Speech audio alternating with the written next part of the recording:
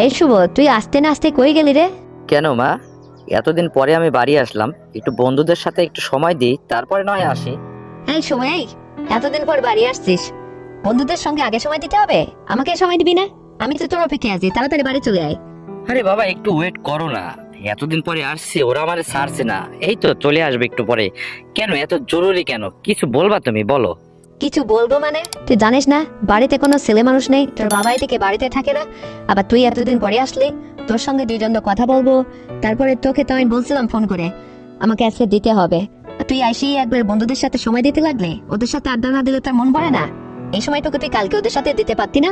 আমাকে আগে সময় দে। আমার এদিকে জানটা অস্থির হয়ে যাচ্ছে ওর জন্য, আর ওইদিকে বাইরে বসে ব্যানার গানার করতেছে। আরে শোন, তোর সাথে আমি মোবাইলে কথা বলতেছি, কেউ আর শুনতেছে না তো? শুনলেই বা কি, তুমি আমার মা না? আরে বোকা ছেলে, তোর সঙ্গে কি আমি যে সমস্ত কথা বলি এরকম কি কেউ বলে? বল, ফ্রি মাইন্ডে তোকে আমি সব কত কথা বলি, আর এটা মানুষ শুনলে বলবে কি? বুঝিস না এটা? গদ্ধ কোথাকার। আচ্ছা নাও, আমি আড়াল থেকে কথা বলতেছি।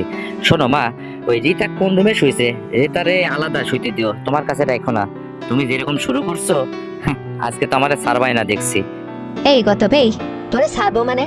তুই কতদিন ধরে আমার আশা দিয়ে রাখছিস, এদিকে তোর বাবা বাড়িতে থাকে না, আবার তুই আমাকে বললি যে মা আমি বাসায় গেলে সবকিছু মীমাংসা করে দেবো, সবকিছু দিয়ে দেবো, আর আইসি বাইরে এত রাত ভরে আড্ডা দিচ্ছিস। তোর বাসায় ফিরতে হবে না? আমি তোর জন্য বসে আছি, আর আজকে আমাকে মন ভরে তুই দিবি, বুঝতে পারলি? যা হয় হবে। আর শোন, ওই দোকানের থেকে আসার সময় ওই প্রোটেকশন নিয়ে আসিস কয়েকটা প্যাকেট, বুঝতে পারলি? আচ্ছা, তা না হয় আনা যাবে, কিন্তু এটা দিয়ে তো আমার ভাল লাগে না রে বাবা, খালি খালি হয় না? ওরে গাধা, 3টা দিন আগে আমার ওই মাসের ওইটা হয়ে গেছে, বুঝতে পারলি? এই সময় একটু সমস্যা আছে, একটু সাবধানে থাকতে হবে, এই জন্য বলছি। বুঝি না ই হতভাগা সেরাটারে যে আমি কবে বুঝাবো, এটা নিয়ে আসবি, কারণ তুই জানিসই তো আমার আবার ওই 1 2 বার 3 বারে হবে না। মানে আমি যত সময় চাইবো এত সময় তুই আমাকে সুন্দরভাবে আপ্যায়ন করবি, পারবি না এটা? পারবো আবার না? অবশ্যই পারবো। তবে শোনো, আমি চাইছিলাম কি, যে এবার বাসায় ফিরলে তোমারে ভিটা বেঁধে দিয়ে আসবো, যাতে তুমি আর কেউ কেউ না করো আমার কাছে, বুঝতে পারছো? সত্যি বলছিস তুই? এই ছোকরা, সত্যি এটা দিবি তুই? অবশ্যই। আচ্ছা শোন, এই যাত্রার দরকার নেই রে, তুই এক কাজ কর, মানে তোর বাবা আসার টাইমে ওই সময় দিলে, তাহলে তোর বাবা যখন বিদেশ থেকে বাড়িতে চলে আসবে এই সময় তো তোর বাবার নামে এটা চালিয়ে দিতে পারবো রে, পাগল ছেলে। এখন এটা দেওয়ার দরকার কি? এখন ওইটা হঠাৎ করে তুই বিটা বাঁধলে তোর বাবার কাছে আমি কি জবাব দেবো? ধরা পড়ে যাবো না? তোর বাবার কাছে কৈফত দিতে হবে না, কারণ সে বাড়ির থাকে না, তাহলে এটা কোথা থেকে আসলো? এই জন্য বলছিলাম কি, যে তোর বাবা আসতে আর 2 1 মাস বাকি আছে, এরকম সময় তুই আমার সুন্দরভাবে এটা করে বিটা বেঁধে দিবি, বুঝতে পারলি? তাহলে তোর বাবা তখন বুঝবেও না, তারপরে তোর বাবা এসে তখন থাকবে তখন তোর বাবার নামে ওটা চালিয়ে দেবো, কারণ তোর বাবার তো আর এখন এই ক্ষমতাটা নেই, সে তো নিস্তেজ হয়ে গেছে, বুঝতে পারছিস? বাইরে থাকতে থাকতে এই সমস্ত বাইরের এই সঙ্গে মেলামেশা করতে করতে মানে তোর বাবারও এইরকম দুর্বল। আর শুধু তাই না, শোন, তোর বাবা এই যে ভিডিও কল দিলে, তোর বাবা ওই যে হস্তমৈথুনের মতো ওই সমস্ত কি করে, ওইগুলা করে মনে কর বাইর করে দেয়, আর এইভাবে সে দিনের পর দিন থাকছে, মানে আমার সমস্ত কিছু এটা ওটা দেখে দেখে ওইটা ইয়ে করে দেয়। আমি তো বুঝি যে সে তো কোনো কিছু আমার জন্য জমায় রাখে নাই, যাই সে আবার দেবে। আর এই জন্য বলতেছি, তুই এখন আমার একটা স্ট্রং যুবক ছেলে, তুই আমাকে সুন্দরভাবে এটা চালিয়ে নিবি। আর শোন, এই গতবার তুই ছুটিতে আসলি, এসে আমাকে যেভাবে সুন্দরভাবে যে রাত দিন দিলে, রেতাও বাড়িতে ছিল না, ওর খালার বাড়িতে গেছিল, তুইও আমাকে একলা পাইছিলি, আর সুন্দরভাবে তো দিলে, কেমন লাগেছিল বল সেদিনকার কথা? আর এইবার তো আসছিস, রীতা বাড়িতে আছে, তারপর একটু সাবধানে দেখে শুনে যতদূর হয় আমাকে দিবি, তবে ভিটা বাঁধবি না, বুঝতে পারলি? হ্যাঁ। আচ্ছা শোনো, ওই আমি বাসায় না থাকলে রিতা কি তোমার কাছেই থাকে না আলাদা রুমেই থাকে, এটা বলো আগে। এইটা ওর ইচ্ছা, ও কখনো পড়তে পড়তে ওর রুমে ঘুমায় পড়ে, আবার কখনো আমার কাছে এসে ঘুমায়, এটার কোনো নির্দিষ্ট ঠিক নেই। তবে তুই এটা ভাবছিস যে হঠাৎ করে ওরে আলাদা করে দিলে ও কিছু একটা মাইন্ড করে বলবে, এরকম কিছু না, কারণ তোর আলাদা রুম, রিতার আলাদা রুম, আমার আলাদা রুম। রিতা যখন রিতার রুমে ঘুমাবে, আমি ইচ্ছা করে ওকে আজকে আমার কাছে রাখবো না, বলবো যে আমি একলা শুবো রে, তারপরে তুই টুকুট করে গভীর রাত্রে আমার রুমে চলে আসবি, ব্যাস হয়ে গেল। বুঝিস না এটা? পাগল ছেলে। শোনো মা, ওই এবার কিন্তু ওই হোস্টেলে আমি থাকতে থাকতে কিছু বন্ধুদের কাছে দেনা হয়ে গেছে, আমার টাকা পয়সা ফুরে গেছে, তুমি তো জানোই। তো আমি বলছিলাম যে আমাকে কিন্তু এবার যাওয়ার সময় একটু বেশি করে টাকা দিয়ে দেবে। আমি তো তোমার সব কথাই শুনতেছি, এটাও যেন ভুল না হয়, তা নাহলে কিন্তু তোমার কথা আমি শুনবো না। হ্যাঁ রে, প্রতিবার তোকে যা দেই তার চেয়ে একটু অ্যামাউন্টটা বেশি দিয়ে দেবো।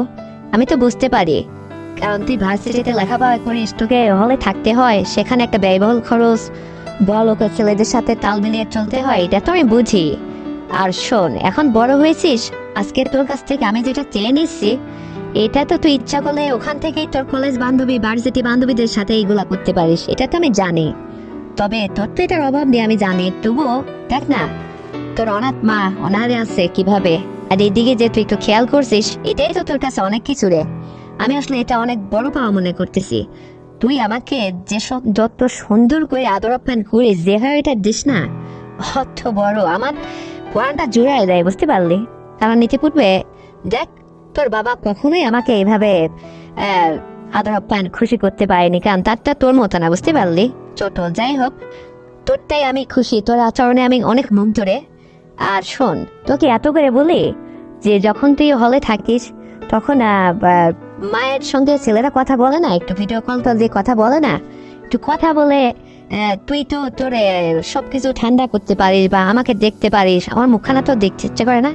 আমি কি বুড়ো হয়ে গেছি নাকি? আমি এখন রাস্তা দিয়ে হাঁটলে অনেকে বলে আমার বিয়েই নাকি হয়নি।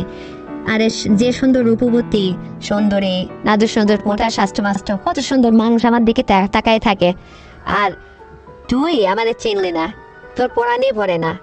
আজকে আমাকে একটা মনটা ভরে দিবি, পরানটা ভরে দিবি।